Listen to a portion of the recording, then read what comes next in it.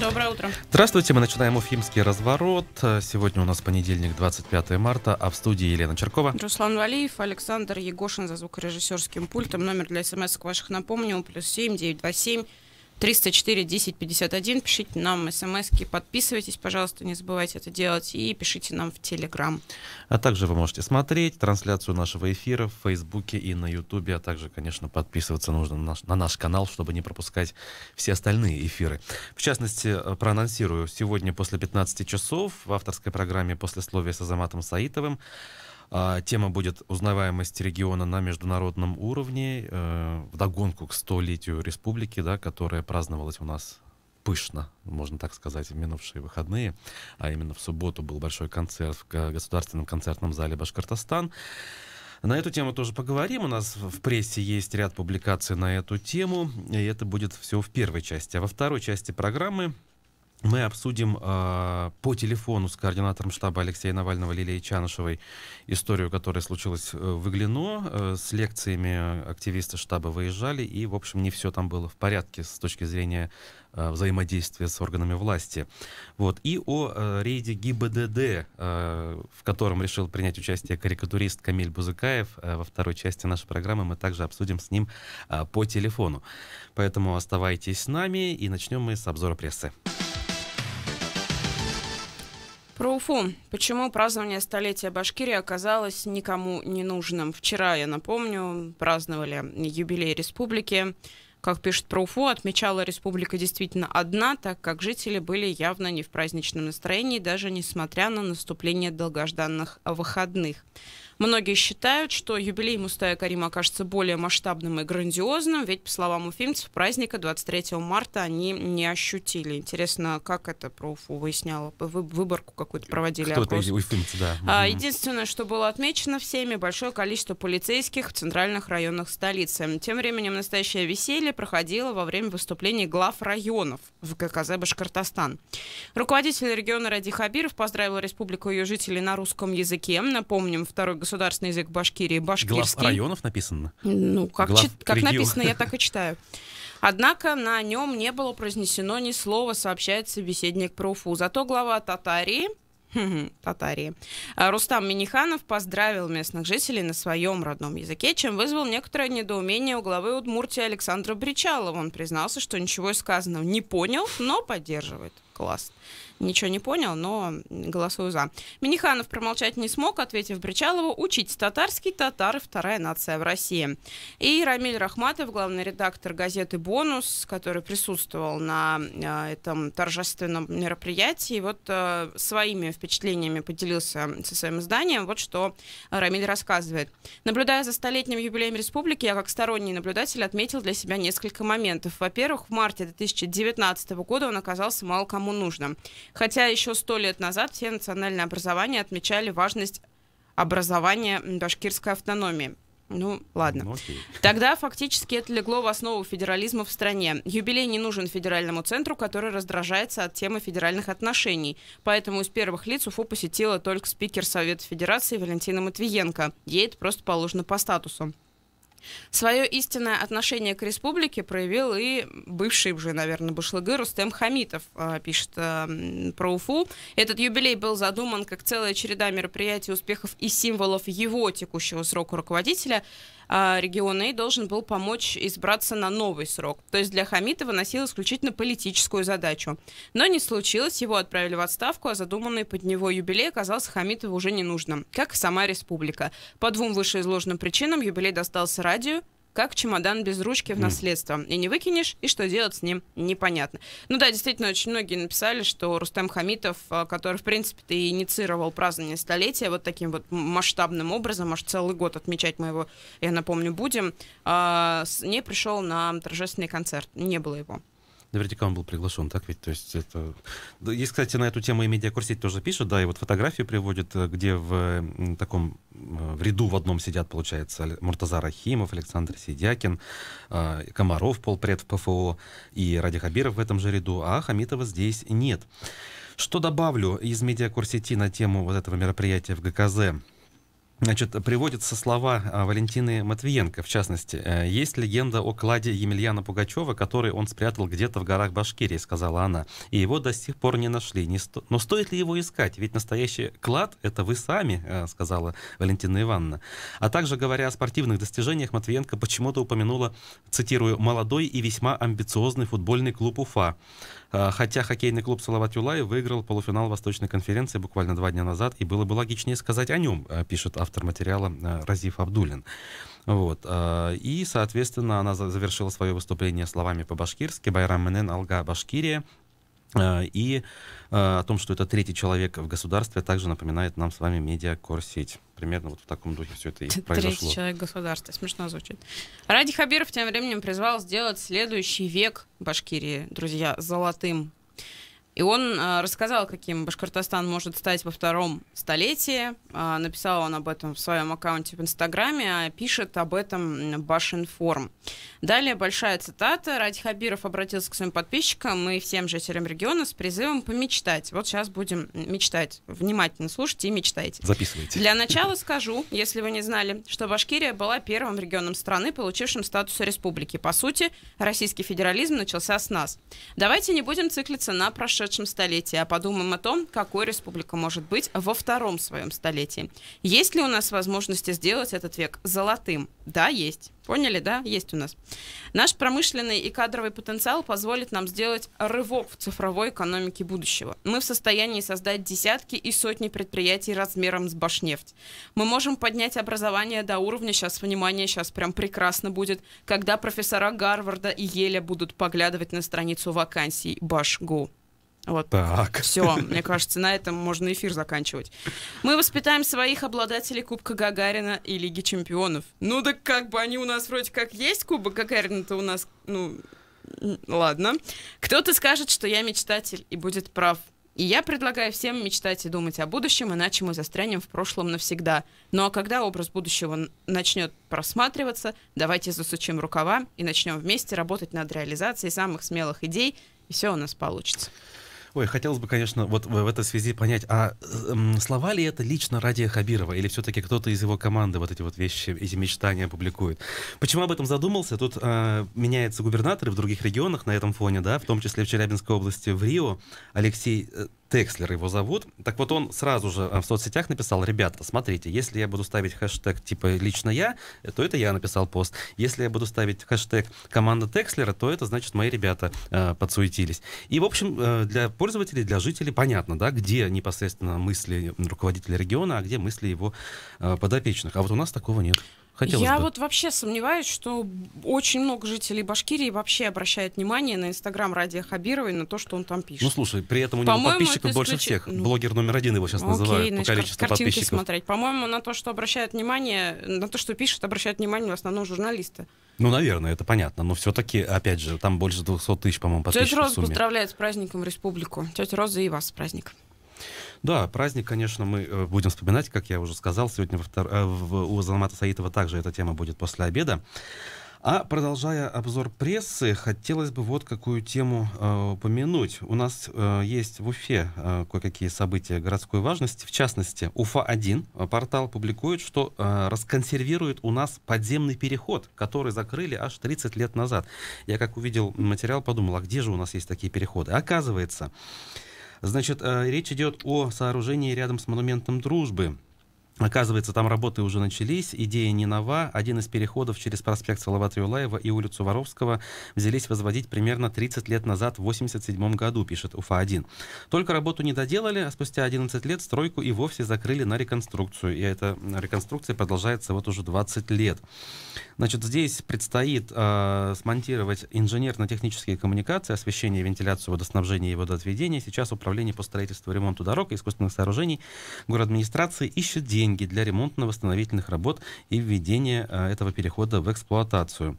Оба тоннеля станут частью новой набережной реки Белой. На сегодняшний день в Уфе насчитывается всего 14 подземных переходов. Если вы можете вспомнить только пару из них, то рекомендуем почитать другой материал Уфа-1, где, в общем, обо всех переходах есть подробный репортаж. Ну, если честно, вот эта вот история с переходом возле монумента Дружбы, она прям удивила. Неужели там это есть сооружение? И где оно находится? Прям вопрос. Так прям же возле моста, нет? Нет. То есть... возле моста ты имеешь в виду через Белую? Ну, да. Есть там какие-то заходы, Ну, да? Прям как едешь, вот ближе к мосту, к старому, там эти пешеходные переходы. Да давно пора там что-то сделать. Ходить же как-то надо там, тем более, если они там планируют все-таки эту набережную открывать. Тем временем, друзья, прекрасная новость про мой любимый Казахстан, который может запустить прямой рейс Уфа-Нур-Султан. Сразу полетим в Нур-Султан. Спикер Госсобрания Курултая Республики Константин Толкачев и сенатор от Башкирии Ирик Елалов встретились с генконсулом Казахстана в Казани Еркином Тукумовым. Что делал Ирик Елалов в Казани? Дипломат предложил запустить прямой рейс Уфа-Нур-Султан. Я вижу большой неиспользуемый потенциал взаимодействия с Башкортостаном. Думаю, в этом отношении нам поможет организация прямого авиасообщения между Уфой и Астаной, в скобочках, столица Казахстана, которую решено переименовать в Нур-Султан. Об этом Тукумов рассказал вот его слова, то есть пресс-служба башкирского парламента цитирует. Отмечается, что стороны обсудили смену власти, произошедшую в Казахстане. Они заключили, что уход Нурсултана Назарбаева с поста президента не повлияет на связи Казахстана и России, а на связи Казахстана и Башкортостана как повлияет. Толкачев напомнил, что Уфа и Астана являются городами-побратимами. Меморандум о сотрудничестве был подписан в 2017 году экс-мэром башкирской столицы Ириком Елаловым и акимом Астаны Асетом Исикешевым. Не, вообще, конечно, даешь больше рейсов разных и хороших, да. И другое дело, что все-таки здесь коммерческая составляющая должна, наверное, все-таки быть во главе угла. То есть это авиакомпании должны решать, а выгодно ли им это делать. Потому что часто то, что государство инициирует, это ненадолго, да. Я помню, Рустем Хамитов в первые годы запускал авиарейсы Уфа-Нефтекамск, Уфа-Сибай. Речь шла о возобновлении региональной авиации. К сожалению, ничем это хорошим не кончилось. Хотя помню его пост в его блоге же, где он типа как репортаж вел с борта этого самолета Л-410 небольшого и радовался, что вот теперь мы залетаем по республике и все будет как прежде. Вот. И Башинформ, опять же, в продолжении темы празднования. Вчера на стадионе, на ипподроме Акбузат состоялся первый этап конно-спортивного турнира «Терра Башкирия». Прямая трансляция этого спортивного мероприятия шла на канале БСТ. И, в общем, здесь подробно о том, какие участники из каких районов приехали, кто в каком забеге победил. Но, судя по объему материалов и по количеству интересных кличек, да, наверное, правильно говорить, лошадей, в общем, участников было много. Например, Орлик, Ай, Сынок, Гонщик, Торпеда, Толпар, Зорро, Булак, Малай, Карлугас, Магаш. Это вот примеры. Ураган, Эльфа, также Кояш, Беркут, Акбузат, Гаяс, Фабия. Вот прямо набор. И человеческие тут имена. И... Фабия, как Шкода? Фабия или Фабия. Фабия, я думаю, все-таки, скорее всего, жаль. На башкирский манер. Вот. И, значит... и вот статистика здесь, что интересно. Значит, в настоящее время Башкортостан, по данным Башинформ, является одним из лидеров по стране по количеству лошадей. По данным Минсельхоза, значит, у нас сейчас более 112 тысяч голов. Это чуть более 100% по отношению к 2018 году. То есть в 2019 году количество, поголовья, точнее, лошадей в республике выросло. Ну что ж, будем надеяться, что оно дальше будет расти. Лошадей. Больше новостей про лошадей хочется. Тем временем на экс-главу сельсовета в Уфимском районе завели, как вы думаете, сколько уголовных дел сразу? Ну, штук 5, наверное. 12. Вот так вот. Бывший чиновник в нарушении законодательства раздал 12 участков. Ну, по участку, по уголовному делу за участок. Следком республики возбудил 12 уголовных дел в отношении бывшего главы Николаевского сельсовета Уфимского района по подозрению в превышении должностных полномочий и служебном подлоге. Об этом пишет Медиакурсень. Следствие установило, что с 2004 по 2007 год, всего-то там за 3 года, подозреваемый, являясь главой сельсовета, в нарушении законодательства изготовил и подписал постановление о безвозмездном, как сова, извини, пуха, безвозмездно. У меня как раз насморк, так что прям идеально получается. Выделение 12 участков местным жителям для строительства домов. При этом получатели земли не являлись нуждающимися в улучшении жилищных условий. В последующем они зарегистрировали право собственности на эти земли. В результате муниципалитет потерял 3 миллиона рублей. О каком районе речь? Уфимский район. Уфимский. Николаевский сельсовет. Прекрасный человек. Я прям люблю таких находчивых. Слушай, интересно, там 2004, ты говоришь, 7-й годы, да? С 4 по 7. События давно Это не я дней. говорю, это Следком говорит. Ну, молодцы. Еще есть материал на портале Сапкор-02. Чиновников все-таки заставили ходить ножками по подъездам. Такой трогательный заголовок. Я прям в пятничную редколлегию обязательно возьму. В Башкортостане, нам напоминают наши коллеги из Сапкор-02, впервые реализуют масштабную региональную программу по ремонту подъездов многоквартирных домов. В 2019-м обещают провести ремонт почти в 4000 подъездов, а в 2024-м число отремонтированных парадных достигнет 26 тысяч. По словам руководителя регионального центра общественного контроля в сфере ЖКХ Анатолия Дубовского, жители домов, самостоятельно отремонтировавшие уже свои подъезды еще до появления этой программы, тоже могут, кстати говоря, рассчитывать на обновление. Он утверждает, в таких домах нужно дополнительно за счет республики установить видеонаблюдение, обновить почтовые ящики или построить пандусы. Так что, друзья, если у вас подъезд новенький, чистенький, то вы все равно, в принципе, можете попасть в эту программу. А далее цитата. «Я считаю, что мы должны предусмотреть при ремонте и доступность среды для маломобильных граждан. Часто инвалиды не могут самостоятельно выйти из дома, да и женщинам с колясками пандусы не помешают». Но тут другой вопрос, если это стандартный подъезд, не новостройка, где эти пандусы размещать так, чтобы они были правильные и не улетали с них люди. Эксперт посещает районы республики, общаясь с общественниками и собственниками квартир, говорит, что в каждом подъезде есть что-то, что нужно обновлять. Некоторые подъезды нуждаются в обновлении больше, чем другие. Остается элемент недоверия. Причем, когда люди не верят в то, что ремонт вот этот будет вообще выполнен, что проект этот реализуем, поэтому их приходится убеждать. Вот такая вот штука. Кстати, я еще не видел ни разу, где ходили бы эти самые чиновники или какие-то репортажи. Не знаю. Вон же Ради Хабиров походил по подъездам тут у нас на Гоголе недалеко. Кстати, уфимцы вышли на пикет, оказывается, в защиту озера Байкал и присоединились тем самым к федеральной акции. Об этом пишет Идель Реалии. Этот пикет в Уфе, как и везде по стране, состоялся вчера, 24 марта. Значит, около 50 участников протестовали против строительства завода по разливу питьевой воды, которое китайская компания «Аквасип» ведет в прибрежном поселке Колтук. Гражданские активисты считают, что эта стройка нанесет невосполнимый экологический ущерб всему озеру и его экосистеме. Значит, Эдель Реалии тут пообщались с одной из активисток по имени Гуля. Она говорит, что на пикет вышли простые россияне, не состоящие в какой-либо экологической организации. Мы соорганизовались в интернете, создали свою группу «Байкал Сейф Уфа», потому что эта тема нас затронула, и мы солидарны с движением в защиту Байкала. Ну и издание напоминает, что вот эти акции в защиту озера начались с одиночного пикета стилиста и певца Сергея Зверева. Это было огонь. Ребят, если вы не видели, я вам очень советую зайти в инстаграм Сергея Зверева или просто в интернете посмотреть. Он был просто божественный. Он стоял в золотом пуховике с короной на голове у стен Кремля с плакатом что-то там «Руки прочь от Байкала» или что-то такое. А самое прекрасное, что после этого одиночного пикета Сергея Зверева пригласили в полицию на составление протокола за нарушение правил проведения пикетов. Потому что, друзья, не надо ходить в золотом пуховике и короне у стен Кремля. Там есть свой Кстати, царь. Он не просто так вышел. Король. Дело в том, что Зверев является сам уроженцем, оказывается, поселка Колтук, вот где ведется строительство этого предприятия. Но и тут издание напоминает, что сейчас, оказывается, это строительство приостановлено, поскольку там были обнаружены нарушения при проведении общественных слушаний и следы нефтепродуктов на стройке. Решение суда эту деятельность сейчас приостановило, а дальше пока что будет происходить, мы не знаем. Ну и скажу, что в медиакурс-сети большой разбор игры команды Салават Юлаев, которая вышла на истинный уровень. Это цитата из заголовка медиакурс-сети.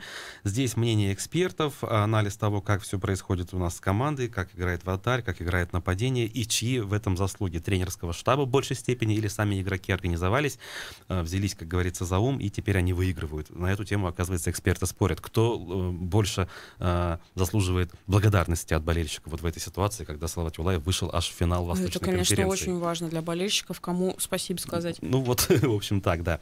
Слушай, у нас время обзора прессы подходит к концу, хотя давай плавно перейдем из материала, который ты нашла, и поголосуем. Давай хоть отбивку послушаем какую-нибудь между тем и тем.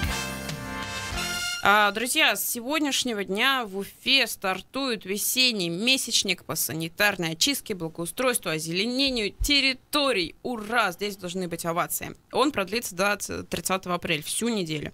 Еженедельно будут проводиться санитарные... весь месяц, что я говорю, это месяц. Будут проводиться санитарные пятницы, а общегородские субботники состоятся 6, 13 и 20 апреля. Об этом на сайте мэрии сообщается. Первоначально основным видом работ будут ворошение снега и скол наледи. Поворошить снег не желаете ли? Уборка и вывоз скопившегося за зиму мусора. Также планируется провести ремонт, покраску заборов, урн, ограждений, газонов, контейнерных площадок, детских площадок и так далее.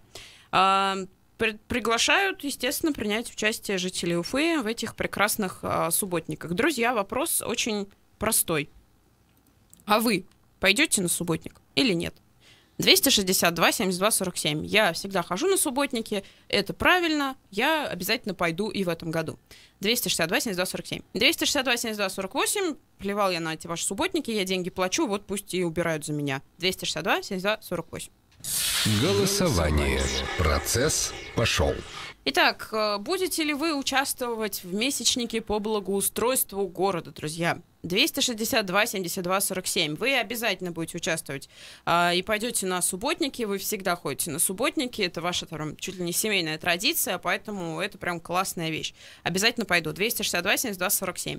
262 72 48. Номер телефона для тех, кто субботники не любит, кто на субботники никогда не ходил и, в принципе, считает это каким-то пережитком советского прошлого. Поэтому вы на такие вещи ходить не планируете и не будете. 262 72 48. Ну?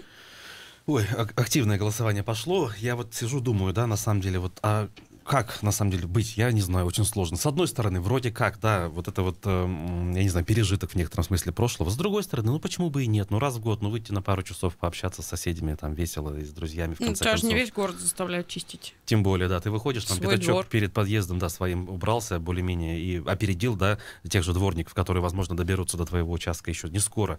Вот, и будет самому приятно, почему бы и нет. Но опять же, вот говорю, потому что не расслабляет ли это коммунальщиков, да? То есть действительно так они за можно это же деньги пригласить получают. свою управляющую компанию, провести вообще там прям open air такой, знаешь, с песнями, плясками. То есть там, управляшка, чтобы участвовала, да? Выделила конечно, нам инвентарь. не, ну а что, я свои лопаты, что ли, должна закупать? Или там перчатки сама, что ли, пойду покупать? У меня, кстати, тоже соседи вот уже собираются, прям кинули клич старший по дому, типа, ребят, давайте выйдем, уберем там двор хотя бы свой собственный, но пока желающих не очень много. А есть какие-то у вас негативные отзывы, типа, вы что, ребята, совсем там, пусть они сами убирают? Нет, ну Такого просто там кто-то пошутил, типа, ой, извините, у меня там маникюр свежий, я не пойду. Ну, в таком плане. Ну, нет, у нас как бы нет негативного отзыва, тем более у нас управляющая компания, она, благо, идет навстречу, они выдают там весь этот инструментарий необходимый, там, перчатки, я не знаю насчет перчаток, но там всякие лопаты, метлы, по крайней мере, зимой давали, когда ребята убирали снег сами. 262 72 47, номер телефона для тех, кто выйдет на субботники, 262 72 48, для тех, кто не выйдет, мы уходим на новости, после вернемся, подведем итоги.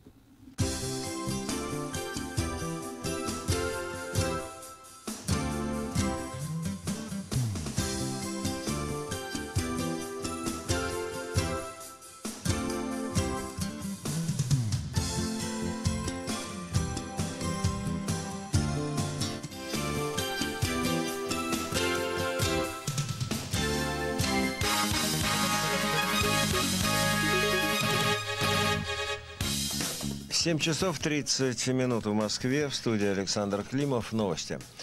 6 израильтян пострадали при ракетном обстреле из сектора Газа. Как сообщают местные СМИ, ракета попала в частный дом в центральной части Израиля, густонаселенной.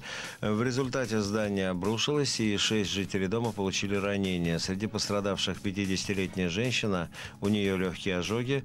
Также небольшие ранения получили 3 взрослых и 2 детей. Им оказывается помощь. Британские министры готовят заговор против премьер-министра, утверждает Sunday Times. По информации издания, 11 глав ведомств хотят отставки Мэй. О необходимости такого шага ранее говорил и лидер лейбористской партии в Великобритании Джереми Корбин. Премьер-министр тянула время, и теперь время ее вышло. Возможно, пришло время провести всеобщие выборы, чтобы люди могли выбрать, кем должно быть их правительство. В случае отставки место Терезы Мэй может занять министр иностранных дел Джереми Хант, отмечает Санди Таймс. Минюсту США, возможно, придется опубликовать доклад спецпрокурора Мюллера в полном объеме. На этом настаивает спикер Палаты представителей и лидер демократического меньшинства Сената Нэнси Пелоси и Чак Шумер. Ранее Минюст представил доклад с основными выводами расследования Роберта Мюллера. В документе, в частности, говорится об отсутствии сговора между Москвой и избирательным штабом Дональда Трампа. Вместе с тем в докладе утверждается, что Россия пыталась влиять на выборы через агентство интернет-исследований и хакерские атаки. Сам президент США заявил, что расследование Мюллера полностью и окончательно его оправдало. Как ожидается, США уже сегодня признают израильский суверенитет над голландскими высотами. Как передает Рейтер со ссылкой на главу МИД Израиля Исраэля Каца, соответствующий декрет президент США Дональд Трамп подпишет на встрече с премьером Израиля Биньямином Нетаньяху. Против позиции США выступили Россия, Германия, Иран, Сирия, Франция и ряд других стран. Оккупированные Голланы – спорная территория, права на которые предъявляют как Тель-Авив, так и Дамаск. В Москве сейчас около нуля, днем от 4 до 6 градусов тепла, местами небольшие осадки. Александр Климов, служба информации «Эхо Москвы». 3, 2, 1. Реклама. Грузоперевозки от 450 рублей за час. Такси 900. От стандартных «Газелей» до пятитонников 2 900 900. Телефон рекламной службы «Эхо Москвы» в Уфе 216 35 99. Будет реклама, будет и эхо. На то мы и партнеры.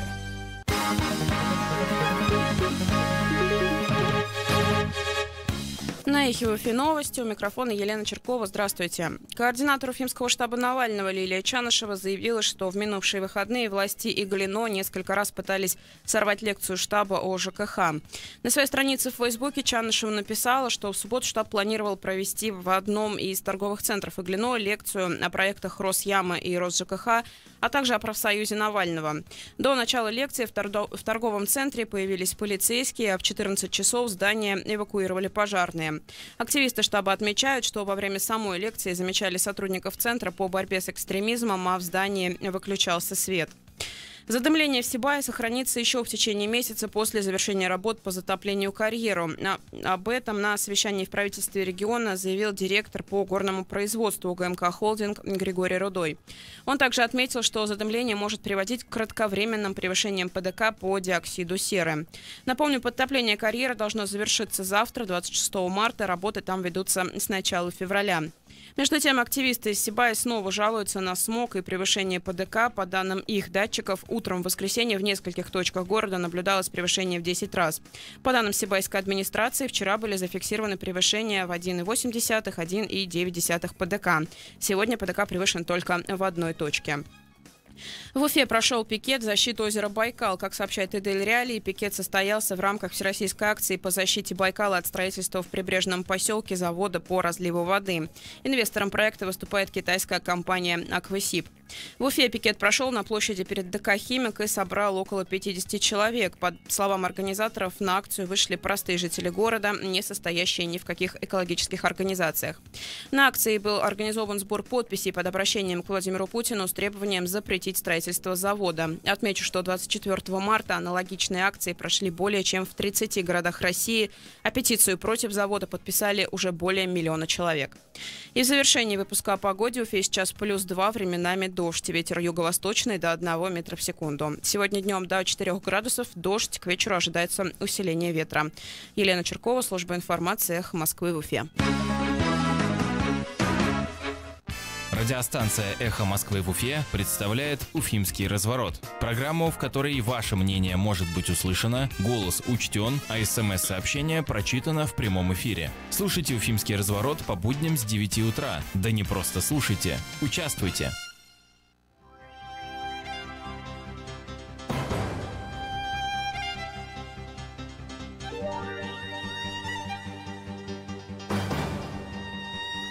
Продолжаем. Продолжаем разворот. В студии сегодня Елена Черкова, Руслан Валиев и Александр Егошин за звукорежиссерским пультом. Напомним, что до перерыва на новости мы объявили голосование по поводу вашего отношения к субботникам и к вашим планам, выходить на эти субботники или нет. Если вы с удовольствием на них готовы выходить и выходите сами, с семьями, с друзьями, ваш номер телефона 262 72 47. Если вы считаете, что выходить на субботники не нужно, это вообще работа управляющих компаний, и не нужно бесплатно эксплуатировать труд жителей. 262 72 48. Бесплатно эксплуатировать труд жителей. Интересно. Ну, как бы живешь, если в каком-то месте, то, мне кажется, это в твоих интересах сделать его чистым.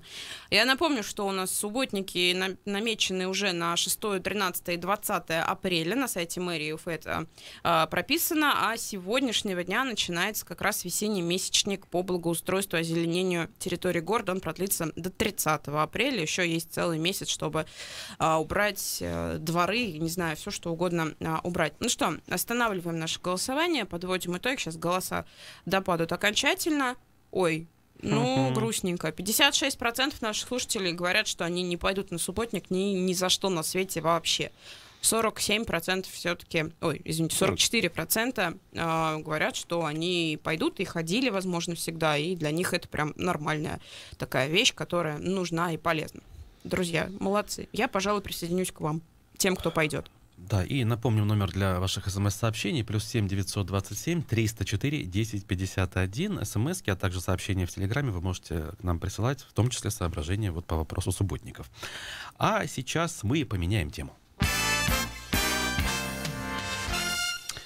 Мы будем дозваниваться координатору штаба Алексея Навального в Уфе Лилии Чанышевой, которая ответит на наши вопросы на тему того, что, я думаю, что вы уже слышали, в том числе в новостях. Лекция на тему ЖКХ, которая в субботу, в принципе, состоялась таки, да, в Иглино, но при этом испытывали организаторы трудности с местными властями во время проведения этой лекции. И более подробно сейчас Лилия нам ответит и расскажет по телефону. Ой, нам столько поздравлений с Днем Республики присылают, так прям приятно. Сердце радуется. Спасибо, друзья, за ваши поздравления. А Лилия Чанышева у нас еще не на проводе, да? Все, дозвонились. Лиль, доброе утро. Доброе утро. Расскажите, пожалуйста, вообще, что это за лекция такая была? Для чего она планировалась? Сколько человек в итоге там было? Мы планировали провести лекцию в Иглино для того, чтобы рассказать жителям, как бороться с проблемами в жилищно-коммунальном хозяйстве и ямами на дорогах, а также рассказать про профсоюз Навального. Мы решили провести такую лекцию с тем, чтобы, во-первых, познакомить жителей с нашей деятельностью не политического характера, а именно общественного характера. И поскольку мы вот увидели, в каком состоянии находятся дороги и дома в Иглино, мы поняли, что как это важно научить жителей заставлять чиновников делать свою работу уже сейчас, не дожидаясь реализации программы по капремонту подъездов, поскольку большая часть этих работ, которые в этой программе заложены, это работа текущего характера, которые управляющие компании обязаны делать уже сейчас по жалобе жителей, если они поступят. И вот мы решили научить жителей, как писать жалобы с помощью сервисов РосЖКХ, Росяма. На лекцию пришло немного человек, меньше, чем мы ожидали, но одна из пенсионерок нам рассказала, что когда она звала своих соседей пойти на эту лекцию, ей соседка сказала, которая работающий человек, что им на работе сказали, что если они пойдут на эту лекцию, то им будет штраф 500 рублей.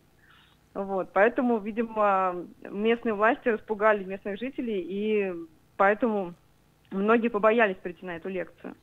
А помещение вам как дали для этой лекции? Вообще, где это должно было проходить, где это прошло, и как согласование шло вот по поводу, не знаю, это аренда была или что? Мы заключили договор с арендодателем торгового центра, то есть на нормальных рыночных условиях, соответственно, помещение было свободным, мы его арендовали. Скажите, а как вы оповещали жителей о том, что мероприятие будет проводиться? Мы раздавали листовки всю неделю и расклеивали афиши. А вот в процессе вот этого анонсирования какие-то разговоры были с людьми, реакция какая-то от них была позитивная, негативная, любая? Да, реакция была очень отзывчивая, скажем так, потому что как только мы говорили о том, что будет лекция посвящена тому, как заставить чиновников работать, никто не оставался равнодушным. Кто-то спрашивал, а будут ли сами чиновники, кто-то спрашивал, а кто проводит лекцию. Но несколько человек сказали, а будут ли раздавать там ружья, потому что нужно всех этих чиновников, в общем-то, не буду продолжать. Хорошо. Вот. Ну и в итоге, Лиль, смотрите, вы приехали, это было 24 марта, в субботу, вы приехали... 23-го, да, извините. То есть лекция началась, как это все вообще проходило? Начало лекции было обозначено на 2 часа дня, мы решили еще 5 минут подождать, пока все подойдут. Но в 2 часа наши сторонники-волонтеры, которые наблюдали за ситуацией снаружи, заметили, что к торговому центру подъехала пожарная машина. При этом мы на данный момент, на 2 часа, не слышали никаких сигнализаций, и запаха дыма мы тоже не чувствовали. И вот только мы успели поздороваться со всеми слушателями, как поднялись пожарные и попросили нас эвакуироваться. Примерно в этот же момент заработала сигнализация. Люди, которые стояли на улице, сказали, что заметили каких-то молодых ребят, которые нажали на кнопку пожарной сигнализации внизу. А один из пожарных потом нам признался, что их вызвала полиция. То есть вот мы видим в этом провокацию местных властей, чтобы вот сорвать нашу лекцию. Но буквально через минут 10 все вернулись обратно в торговый центр, причем хочу добавить, что вот эти действия властей вызвали в том числе тот факт, что в этом торговом центре находится детский клуб, они отмечали там несколько детей, там десяток детей отмечал день рождения, и вот они все практически без одежды вышли на улицу, потому что вот власти вот так вот себя повели.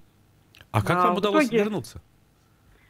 Видимо, пожарные прошлись по торговому центру, не обнаружили огня и дыма, и они не имели права дальше задерживать людей на улице, и, соответственно, все вернулись.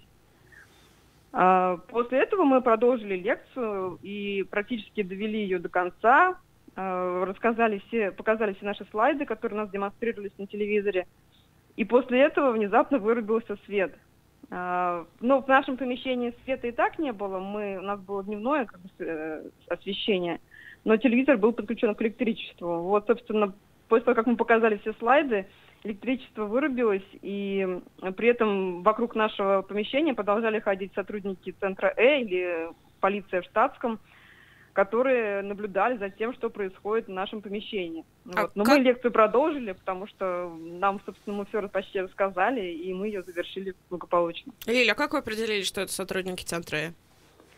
Знаете, когда такие взрослые мужчины разглядывают витрины, бьюти-боксы или там подушки ивановского производства и постоянно туда-сюда ходят мимо нашего помещения, оглядываясь и заглядывая к нам в окно, и не заходят после приглашения зайти, послушать, если им так интересно, то мы можем сделать только однозначный вывод, что это был либо сотрудник центра либо полиция в штатском. Так, а какие-то, я не знаю, беседы в процессе или после у вас вот с этими сотрудниками, кроме того, что вы их приглашали зайти, что-то такое было? Нет, ничего такого не было. Единственное, вот перед началом лекции, когда мы обустраивались, там располагались, несколько раз проходили мимо полицейские, спрашивали, что здесь будет, кто проводит лекцию. Несколько раз проходили люди в штатском, которые тоже заходили, спрашивали, что здесь будет и кто это проводит. Меня вообще это удивляет, особенно вопрос, кто это проводит. Понятное дело, что проводит штаб Навального. Зачем задавать такие тупые вопросы? Вот это, конечно, уровень интеллекта вот этих сотрудников меня сильно удручает, и, в общем-то, я беспокоюсь за нашу страну.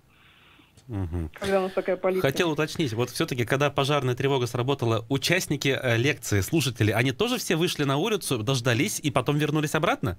Да, все вышли, а потом все снова зашли, все вернулись, никто у нас не потерялся, все, кто был, все остались на лекции, дослушали ее до конца и были очень благодарны, и взяли несколько визиток, и газет, чтобы рассказать об этом соседям. А непосредственно лекцию читали, получается, вы лично, да, видимо, с Федором? Да, с нашим юристом Федором Телиным. Лиля, а вы планируете подобные же лекции читать в других городах?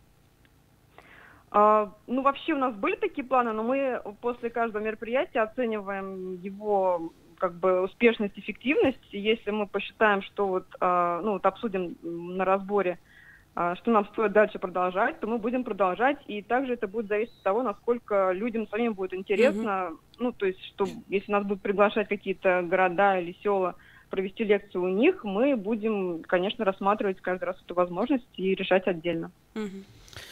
Ну что ж, спасибо большое вам, Лиля, за то, что ответили на наши вопросы. Напомню, что на прямой связи со студией была координатор штаба Навального в Уфе Лилия Чанышева, и рассказала она о том, как в субботу у них чуть было не сорвалась лекция на тему ЖКХ в Иглино. И эта лекция чуть было не сорвалась, потому что, получается, было некое противодействие, да, по ее мнению, со стороны властей с помощью пожарной службы прежде всего. Ну и полицейские тоже вокруг все это время находились. Что думаешь, это как? Это инициатива районных или все-таки республиканских? Я не знаю, я даже думать об этом не то, что не хочу, я не буду размышлять, чтобы не наговорить тут сейчас чего-нибудь, поэтому...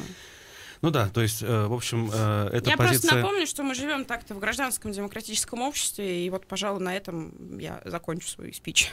Ну что, друзья, посмотрим, как это будет ситуация развиваться дальше, а сейчас мы поменяем тему. Карикатурист, художник Камиль Бузыкаев опубликовал в Фейсбуке у себя на странице информацию, что сегодня он собирается в рейд по улицам Уфы вместе с сотрудниками ГИБДД для того, чтобы каким-то образом влиять на нерадивых водителей, оставляющих машины на неположенных местах парковки.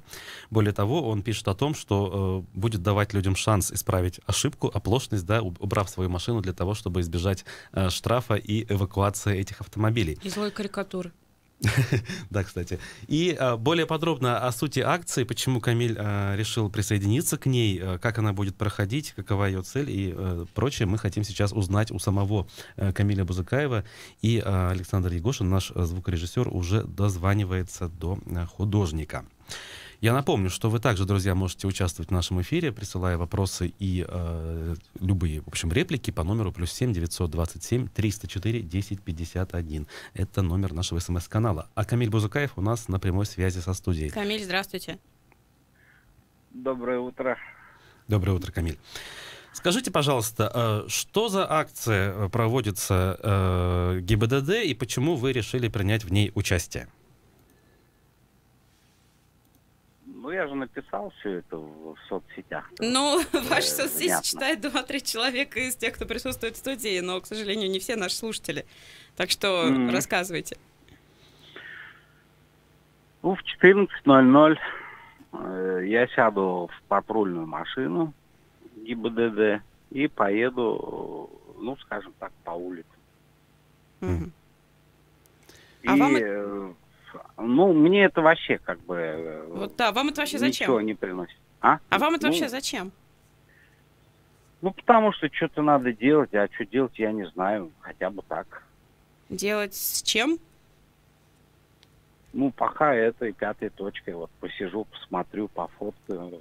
Если, допустим, я буду выкладывать фотографии неправильно припаркованных автомобилей, которые в любом случае, так или иначе, этот экипаж ГИБДД вот, эвакуирует. Но я постараюсь людям дать шанс, вот, может, кто-то увидит и свою машину или знакомых, и у них будет минут 20-30 времени, чтобы эту машину убрать. Вот, хотя бы так я попробую. Скажите, идея вас взять с собой, вот этот рейд, это идея ГИБДД или вы сами вышли с инициативой? Нет, это вообще идея администрации города. Это прям конкретно вам предложили? Это было такое, вот кто из блогеров хочет, тот да, поехали? Ну, собрались неравнодушные, скажем так, вот пригласили людей, кто пришел, тот пришел. Крайне вот озабоченность всегда этим высказывал наш Володя Ковзев. Володя Ковзев был, потом журналисты были. Кто-то согласился, вот мы согласились. Получается, вы не один будете вместе с сотрудниками ГИБДД, то есть кто-то еще из активистов? Нет, я просто первый, да. я не один. Это такой будет целая компания? Да. Завтра будет незабвенный наш Володя. Камиль, все-таки хочется понять, вы говорите, администрация это все инициировала, это как вообще было, в каком виде, в каком проявлении? Это был какой-то общественная палата, вот эта городская собралась, или что это? Нет, просто бывает же, люди собираются там, вместе что-то пьют, чай, кофе, и и родили идею. И часто блогеры пьют чай, кофе с администрацией города? Да практически никогда. А частные люди между собой пьют вечерами и скажем так, что там рожают. Слушатель наш Рутений Забиров просит у вас спросить, отсутствие парковочных мест к властям вопросы не вызывает? А к властям какие вопросы? В данном случае просто, у нас, скажем, в городе на 1 миллион с лишним населения 500 тысяч автомобилей. Город строился же у нас, скажем так, в 90-е, 2000-е, без учета этого всего, никто и предполагать не мог, что на каждых 2 жителей будет приходиться по одному автомобилю. Что случилось, и что делать с этим, я не знаю, но делать что-то надо. Потому что, допустим, временно исполняющий ставит задачу, чтобы пыли не было у нас в городе, сделать город комфортным для проживания. А пыль и грязь на асфальте откуда берутся? Они льются с газонов, со всех. Вытаскивают их машины. Вы же сами видите.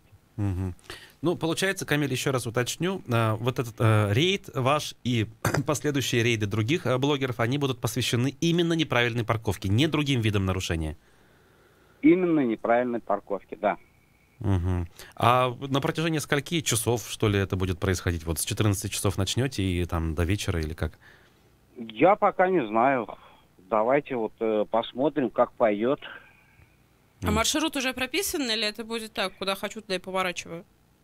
Нет, почему? И как я могу гаишнику сказать, поверни налево, поверни направо? У них, наверное, меня посадят в какой-то экипаж, у которого есть маршрут, наверное. Они же как-то это все делают, надеюсь, организованно и обдуманно, планы какие-то есть. Посмотрите изнутри, потом нам расскажете, как это все у них происходит. С удовольствием расскажу. С удовольствием, да, конечно. Ну что ж, мы благодарим нашего собеседника. На прямой связи со студией был карикатурист, художник Камиль Бузыкаев, и он рассказывал вам о том, какая акция сегодня ожидается у него совместно с ГИБДД. Напомню, рейд по улицам Уфы будет направлен на то, чтобы, я не знаю, как проводить воспитательную работу среди водителей, чтобы они не парковали свои автомобили в неположенных местах. А-та-та. Всю жизнь мечтала покататься на патрульной машине с мигалками. Я думаю, что это чуть ли не официальное заявление, в адрес ГИБДД. Друзья, возьмите меня с собой кататься на машине с мигалками. Кстати, почему бы и нет, да. Интересно посмотреть изнутри, как это работает, и каким-то образом пообщаться с людьми в том числе. Главное, не в автозаке. Это важно, конечно. В качестве, это принятого клиента. Это не хотелось бы. Ну что, у нас еще есть несколько минут, и мы можем еще одну тему вдогонку к столетию республики взять и даже проголосовать на эту тему. Мы в обзоре прессы изначально, ты читала про Уфу, я читал медиакурсеть, и наши коллеги обратили внимание, что во время празднования столетия республики в ГКЗ Башкортостан среди выступающих особо выделился Рустам Минниханов, президент соседнего Татарстана, который выступил на чистом татарском языке и ни слова по-русски не сказал, что в итоге вызвало даже, в общем, некие реакции со стороны его коллег, которые заявили, что ничего не поняли. А он, ответил, что, ребята, это вообще-то вторая нация в России, вы должны знать татарский язык. Кстати, на подобных мероприятиях частенько бывает, что тот же Минниханов выступает, я специально посмотрел на татарском языке, но он дублирует свои же слова на русском, то есть есть блок по-татарски, есть блок по-русски. Здесь он целиком выступил на татарском языке. И опять же часть коллег, часть интернет-аудитории обратили внимание, что Ради Хабиров за полгода работы в качестве временно исполняющего главы региона, в общем, ни разу речь по-башкирски не произносил. Какие-то обрывки фраз были на встречах с людьми, например, там во время послания депутатом Курултая без Яхшарак Булдарабс, да, была такая фраза, мы сможем еще лучше. Вот, какие-то такие отдельные вещи есть в блоге, там флешмоб по поддержке башкирского языка, например, но речей чисто на башкирском языке не было произнесено ни разу. Дорогие друзья, вот этот факт, как он вам, да? Если он вас каким-то образом беспокоит, и вы считаете, что глава региона должен время от времени выступать на родном языке, это очень важно для сохранения языка. Голосуйте по номеру 262-72-47. Если же вы считаете, что это не так важно, вас это не беспокоит, использование языка никак не влияет вообще на эффективность руководителя региона. Если он работает хорошо, то какая разница, на каком языке он вообще выступает? 262-72-48. Голосование. Процесс пошел. 262-72-47. Вас беспокоит тот факт, что Ради Хабиров не выступает на башкирском языке, например, даже вот на мероприятии, посвященном столетию республики, наверное, на ваш взгляд, можно было бы сделать выступление на родном языке или хотя бы часть выступления, да? Вас это беспокоит, вы считаете это важным, и это показательно, возможно, да? Какие-то выводы вы из этого делаете далеко идущие. Если нет никаких выводов из этого вы не делаете, вообще нужно оценивать человека по результатам работы, и не имеет значения вот эти вот выступление на родном языке. 262-72-48.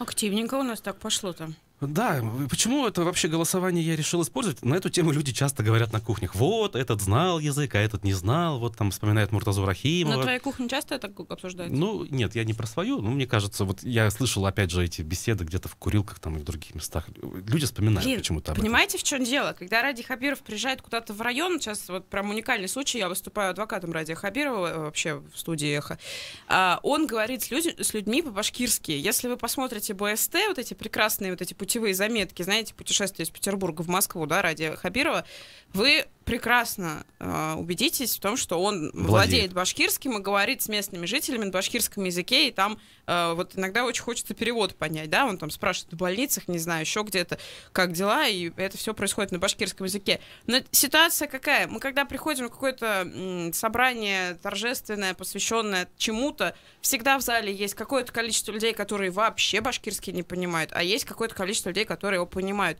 И было бы довольно странно, как мне кажется, будь я Радием Хабировым, говорить на башкирском, учитывая, что есть в зале люди, которые вообще не понимают, что я сейчас скажу. Валентина Ивановна Матвиенко, например, да, та же самая, приехала из Москвы, она не обязана знать. Все вот эти там из областей и регионов, понаехавших к нам на события на это в округе.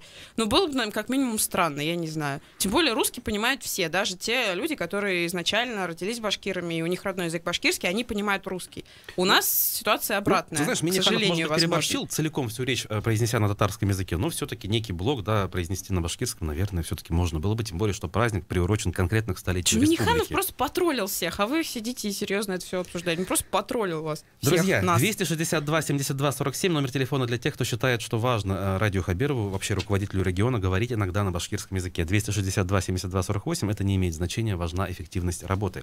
Давай нажмем стоп, подведем итоги голосования, довольно активно оно у нас проходило. 58% считают, что это совершенно не имеет никакого значения, 42% считают, что значение это имеет, и нам пишут, что Миниханов обнаглел, это возмутительно. Ну, извините, Любовь, уж вы можете себе позволить. Будем заканчивать наш эфир. Спасибо всем большое. Пока, хорошего понедельника. До свидания.